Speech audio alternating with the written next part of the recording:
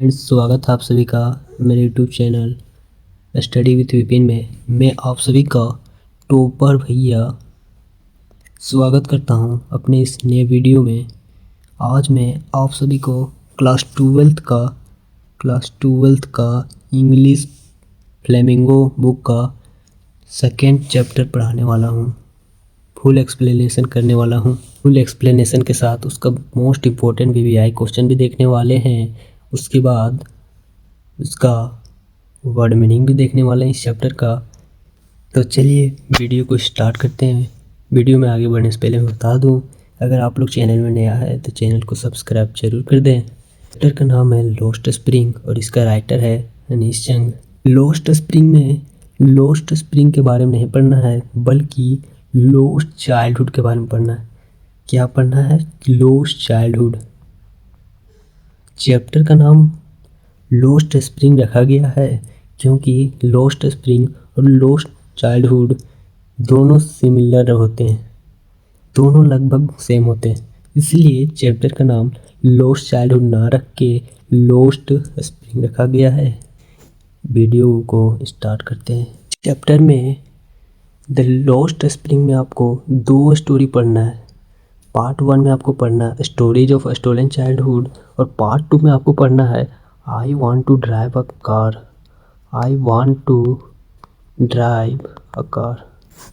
सबसे पहले हम देखने वाले हैं ऑथर के इंट्रोडक्शन को देखने वाले हैं। तो चलिए स्टार्ट करते हैं। अनीश चंग was born in Rourkela and spent her childhood and adolescence in Hyderabad. इसका मतलब है अनीश चंग का जन्म राउरकेला में 1944 में हुआ था। किसी बुक में 1964 भी लिखा होता है, लेकिन 1944 का राइट है। अनीश चंग का जन्म राउरकेला में हुआ था और उन्होंने अपना बचपन और किशोरावस्था हैदराबाद में गुजारा था। She received her education in Hyderabad and in the United States of America।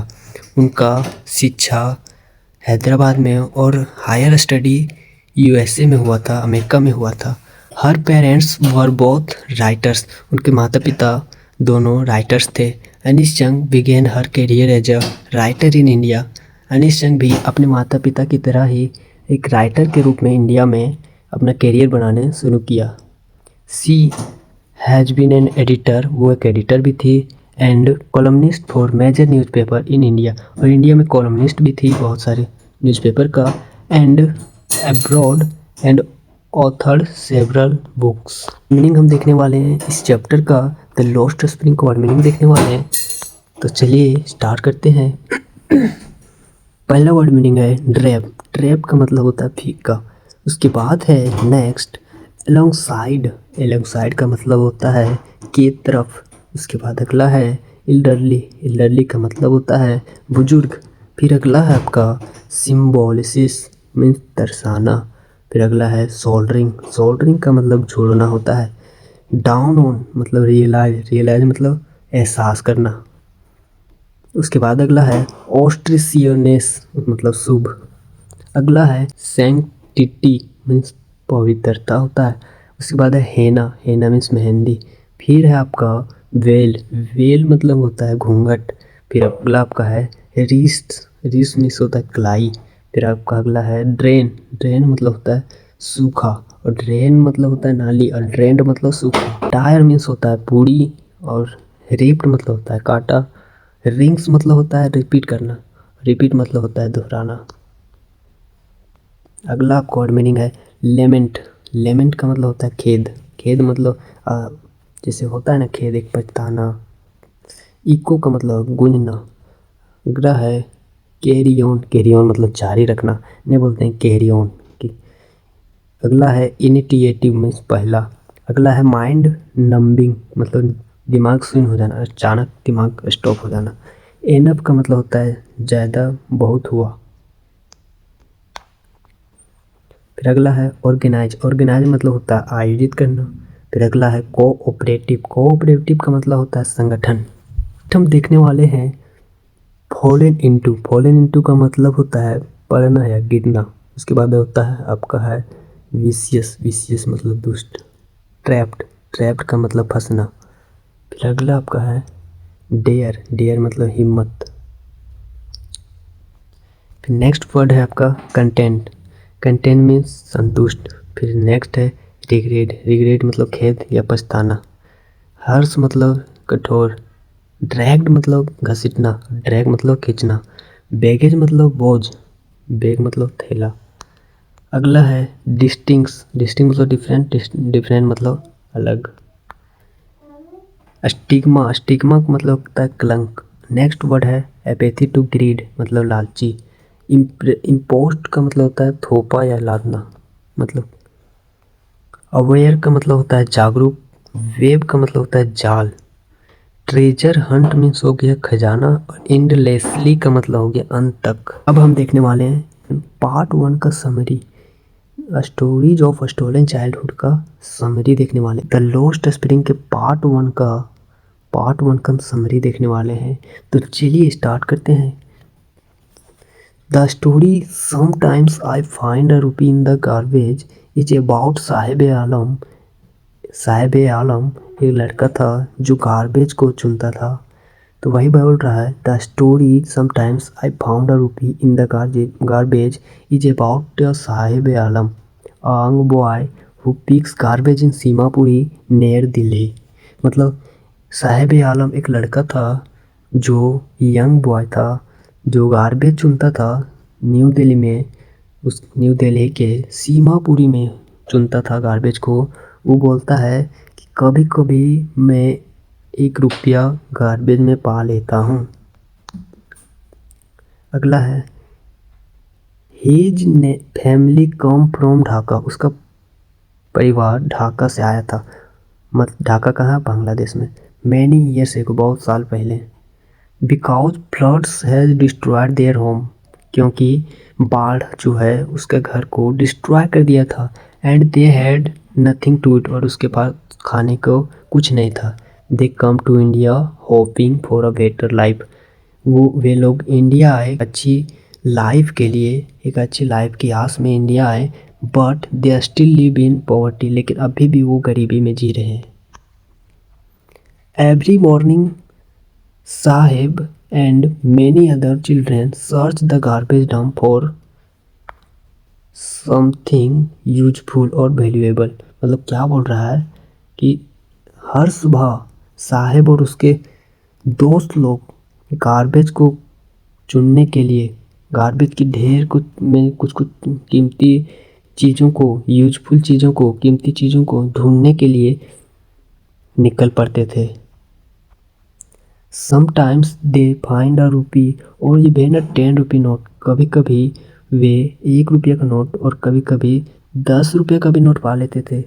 Which gives them a small moment of happiness, जो उसे एक क्षणिक सा हैप्पीनेस देता था। For Sahib garbage like a treasure hunt, it is his way of survival, ये उसका जीने का तरीका था। He dreams of going to school, वो स्कूल जाना चाहता था। And wearing shoes like other children, और दूसरे बच्चों की तरह शूज भी पहनना चाहता था। But poverty keeps him trapped, लेकिन पॉवर्टी उसको जकड़ रखा था। इन रैक पिकिंग, किसमें, तो रैक पिकिंग में, कचरा चुनने में जकड़ रखा था। ही वॉक्स बेयर फुट, वो नंगे पैर चलता था। And the harsh life on the street has made him accept his struggle as normal. The harsh life मतलब जब the harsh life on the street has made him accept this struggle as normal, उसका जो life था उसके कारण उसे यह मान ले लिया कि यह स्ट्रगल है उसके लिए नॉर्मल है, क्योंकि ये गटर में बिनने वाला, गार्बेज बिनने वाला लड़का क्या ही कर सकता है।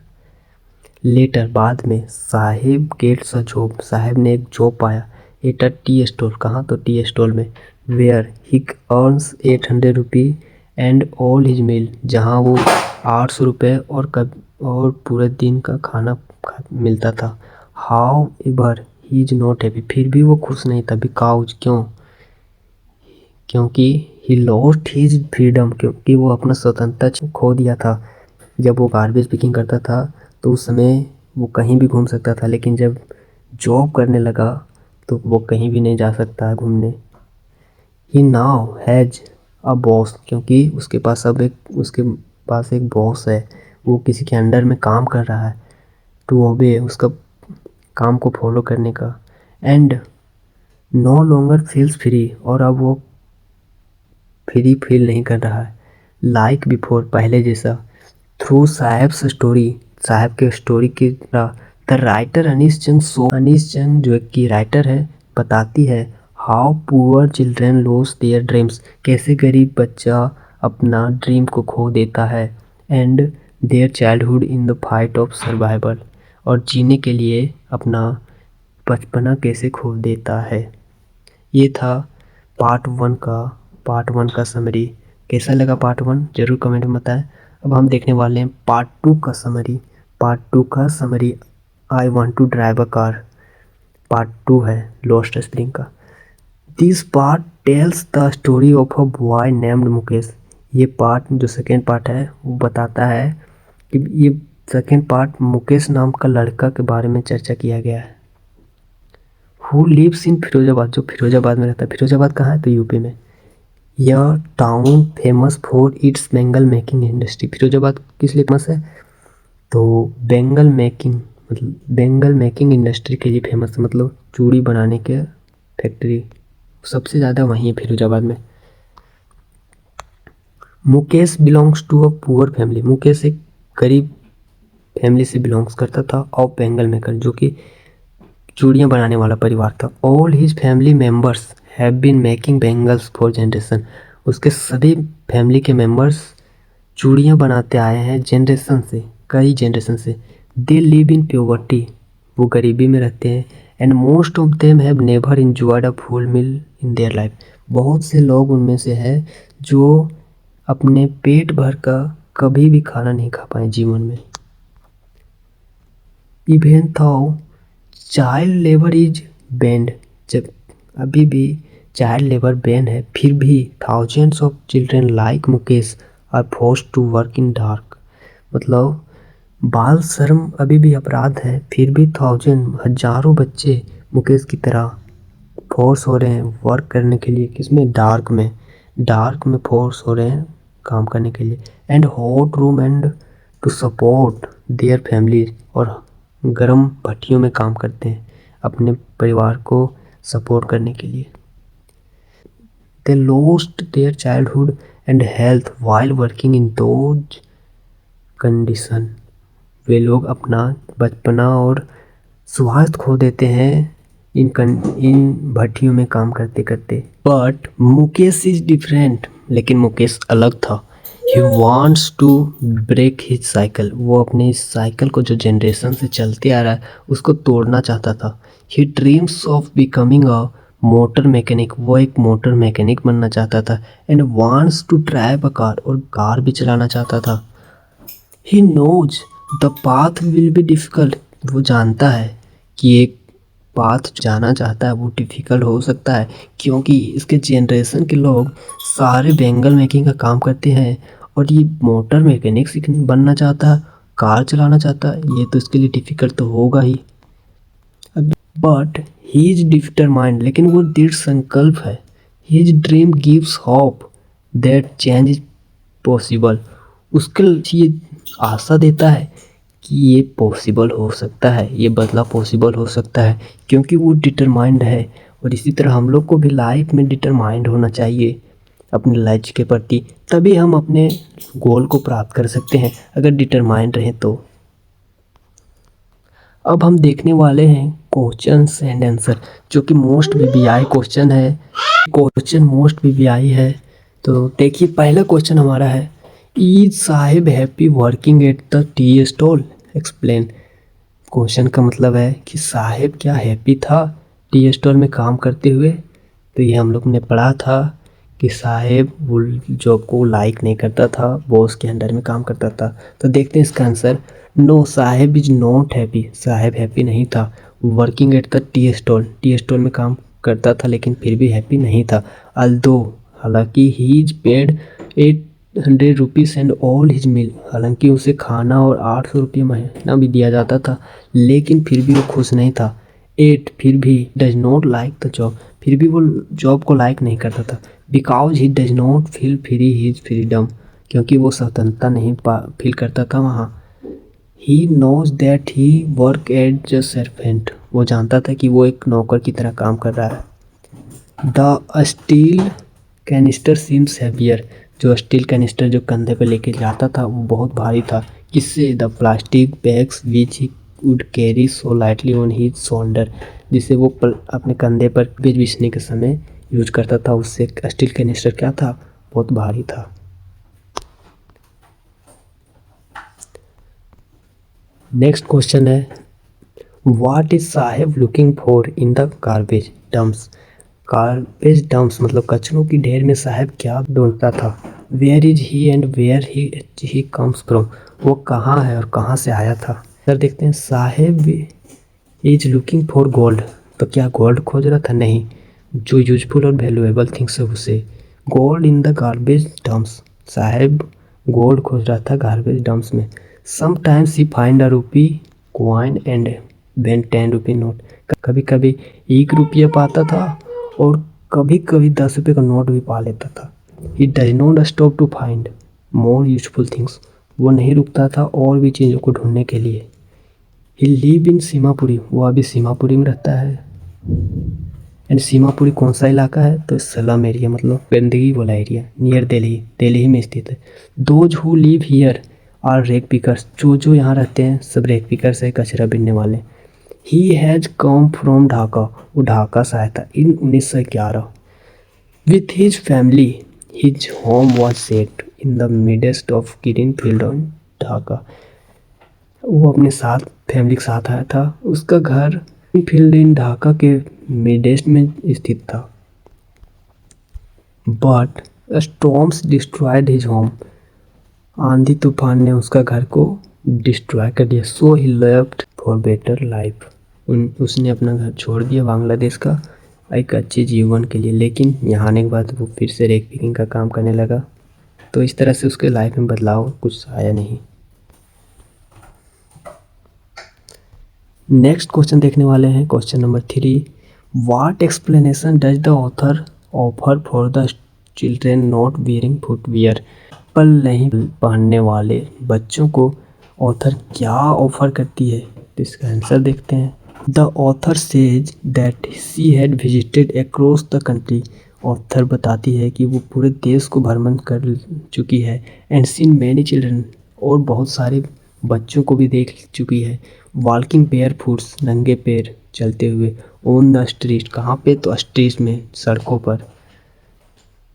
दे से दैट, वो कहती है कि they had money to buy but the tradition stay them barefoot, जो गरीब बच्चा है वो बताता है कि ऑथर को बताता है कि उसके पास चप्पल खरीदने का पैसा है, लेकिन ट्रेडिशन में उसका कोई चप्पल नहीं पहनता था, नंगे पाँव घूमता था, इसलिए ये भी अपनी ट्रेडिशन को कंटिन्यू कर रहा है। But she consider, authors consider करती है इट्स एक्सक्यूजेज, एक एक्सक्यूज है नहीं खरीदने का, क्योंकि उसके पास पैसे ही नहीं है। In fact they don't have money to buy them, मतलब उसके पास पैसा नहीं है खरीदने को। And they hide their poverty, और वो अपना गरीबी को छिपाना चाहता है, ये सब बोल। अब हम देखने वाले हैं क्वेश्चन नंबर 4। क्वेश्चन नंबर 4 जो कि मोस्ट PBI है, कई बार एग्जाम में पूछा गया है। तो क्वेश्चन है, what's makes the city of Firozabad famous, Firozabad को कौन सा चीज़ फेमस करता है? तो आंसर है बैंगल्स मेक फिरोजाबाद फेमस, मतलब फिरोजाबाद को चूड़ियाँ फेमस करती है। Every other family is engaged in bangles making business, सभी दूसरे परिवार चूड़ियाँ बनाने वाली बिजनेस में जुड़े हैं। It is the centre of India's glass blowing industry, Firozabad India का ग्लास ब्लोइंग इंडस्ट्री का सेंटर माना जाता है। Where families have spent generation, जहाँ कई परिवारों ने अपना जनरेशन को काम करते हुए बिता दिया है।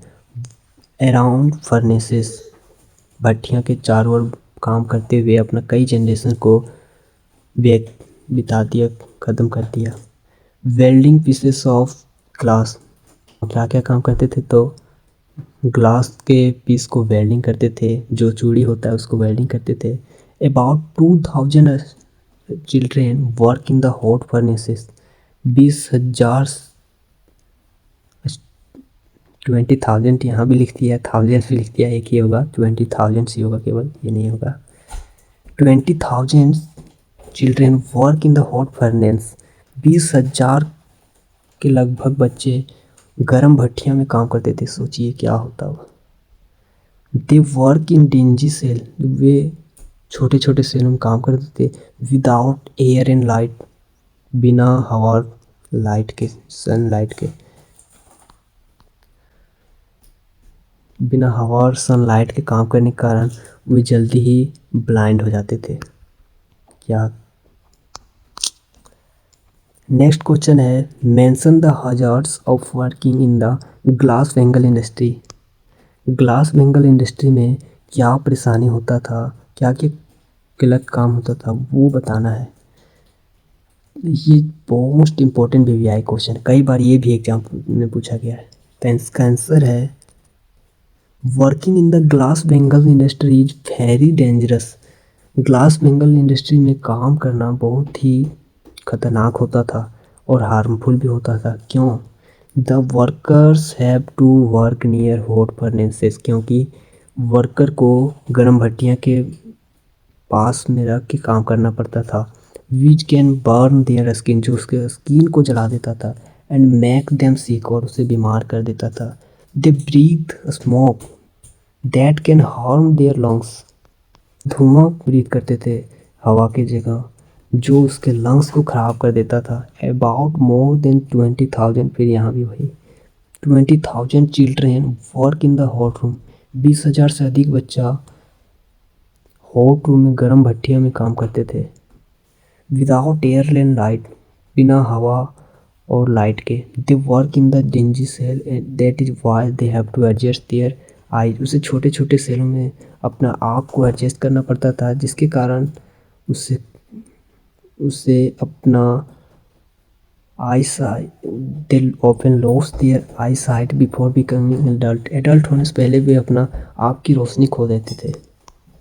नेक्स्ट क्वेश्चन आपका है, how is Mukesh attitude to his situation different from that of his family. आपने देखा मुकेश अलग सोचना चाहता था, अलग बनना चाहता था, वही पूछ रहा है क्या उसका अलग विचार था, क्या सिचुएशन था जो वो अलग बनना चाहता था। Mukesh is a son of Bengal makers family, Mukesh एक बेंगल मेकर्स फैमिली का लड़का था जो फिरोजाबाद में स्थित काम करता था। All his family members have been making bangles for generation, उसके सभी परिवार के लोग बेंगल्स बनाते थे, जनरेशन से बना रहे थे। They think that they were born in the caste of bangles makers, वे लोग सोचते थे कि उनका जन्म बेंगल बनाने के लिए ही हुआ है। Would see nothing beside bangle, और वे बेंगल के सिवा कुछ नहीं सोचते थे। They consider it their fate, वो इसे अपना भाग्य मानते थे। They have to enjoyed their full meal in entire life, they have not, उन्होंने अपना कभी भी ज़िंदगी में कभी भी भरपेट खाना नहीं खा पाया। But Mukesh dream of becoming a motor mechanic and driving a car loom like mirage, लेकिन मुकेश इन सब चीज़ों से आगे बढ़ के मोटर मैकेनिक और कार चलाना चाहता था, लेकिन इन सब से अचानक हटना एक मिरेज की तरह लगता है। At least he dares to do something else, कम से कम उसने तो सोचने का प्रयास किया। कई लोग ऐसे हैं जो सोचते भी नहीं है, जो जनरेशन चल रहा है वही करते आ रहे हैं। So we say that his attitude to his situation is different from that of his family, इस प्रकार से हम कह सकते हैं कि मुकेश का जो एटीट्यूड था वो उसके फैमिली से बिल्कुल अलग था, बिल्कुल डिफरेंट था। और इस तरह से ये चैप्टर जो है एंड हो जाता है। और ये चैप्टर बहुत ही इंटरेस्टिंग था, मोटिवेशनल भी था, बहुत ही मज़ेदार चैप्टर है, और इससे कई अच्छे खासे सवाल भी एग्ज़ाम में देखने को मिलते हैं। और अगर आप लोग चैनल में नया है तो चैनल को प्लीज़ सब्सक्राइब कर दीजिएगा, क्योंकि सबके सब्सक्राइब से हमें हौसला मिलता है और आपके लिए ऐसे कई वीडियो अभी आते रहेंगे। मेरे वीडियो में बने रहें।